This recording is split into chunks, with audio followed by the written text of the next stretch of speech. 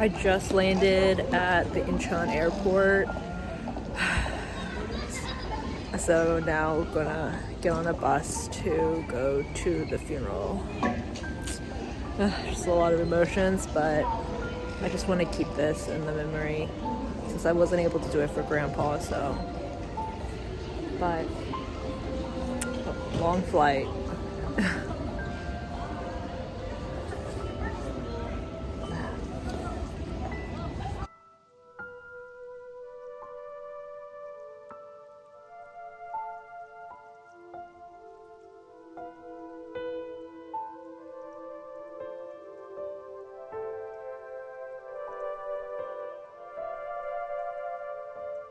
Everyone, so I had some unfortunate news. So my sister came home on the 23rd of December. We were all meeting at my parents' place, and then the next day, on the 24th, we got a call that my grandma passed away. So it is December 25th in Korean time zone, so it was on Christmas Day. And that was one of the hardest news that I heard, as I was raised by my grandparents when I was really young, about like 4 years, and they would come visit a lot in the States on the summers, and then luckily I was able to see them a few times after that as well, with my last year. And unfortunately, with the whole holiday stuff, there wasn't a lot of flights available, as it was my parents, my sister, and I who were available to go back to go attend the funeral. And there weren't any flights on Christmas Day that would go directly there to Korea. So we went there so we flew to Seattle on the 25th. As we would have to go back in time, and we'd have still, due to the whole timing stuff, so flew to Seattle, then we stayed at my place for a night, and then we left Tuesday early morning. Then we landed in Incheon, Seoul on Wednesday the 27th. Once we landed, we took a bus to go to my grandparents' town, which is a little bit south of Seoul, which was like about 4.5-hour bus ride, as there were also several steps between that, but and we got there around like midnight. And just for those who may not know, a Korean funeral is a little bit different than the American funeral. The Korean funeral, as this was my second time attending, as my grandpa passed away in July in 2023. So this is my second time, and so what happens is the family member, all the men are wearing like this suit and tie, and then they have like this little band on their arm, and then like a little badge on their coat as well. Then the females, are wearing like the Korean like hanbok design traditional dress, except it's all in black. And then we wear like this white ribbon on a pin, and we clip it onto our left side. And so in Korean funerals, there could be a little bit different here and there per family, but this is like a very general one, and also how my grandma and grandpa's funeral process went. So usually funerals last from like 3 to 5 days, depending on what the family chooses. And so normally it's like 3 days, but because we were arriving late due to the flight, we made it into like 4 days, I think. And so what happens is there's like this room where it has in the altar where it has the deceased portrait in the main altar with like flowers all around it. And then the families are standing on the side. And when the guest comes, so there's like a front desk kind of table section, and the guest comes, it's like they put it on an envelope, like, you know, for their sympathy and all their prayers and condolences, and they put in money, and they put it into this little box thing, and then they also write their name in the guest book, saying like, you know, how their relationship is with the deceased person.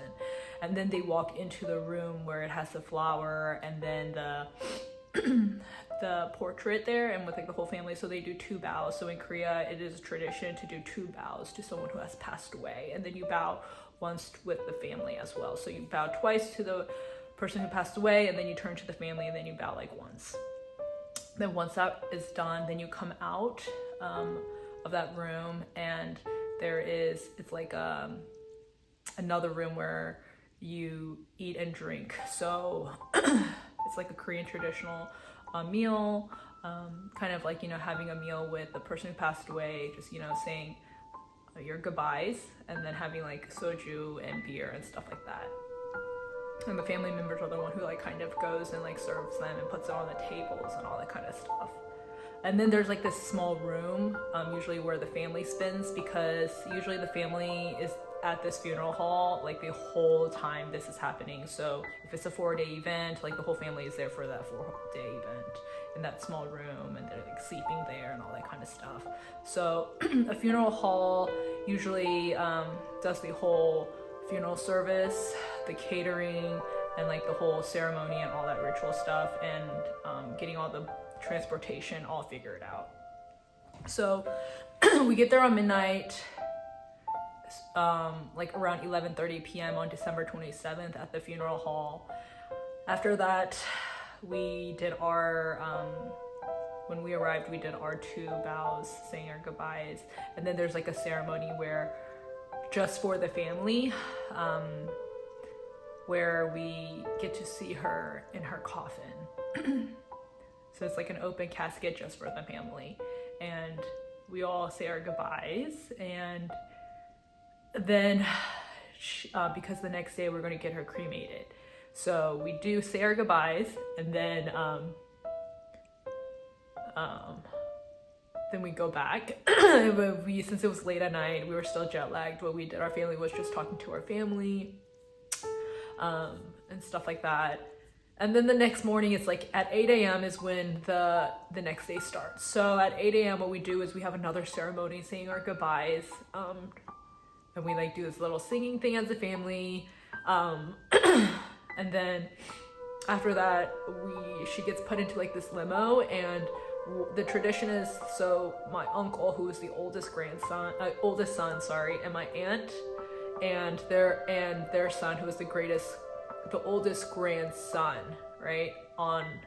Oldest grandson of their oldest son, if that makes sense. So them three, and then my grandma's casket goes into this limo.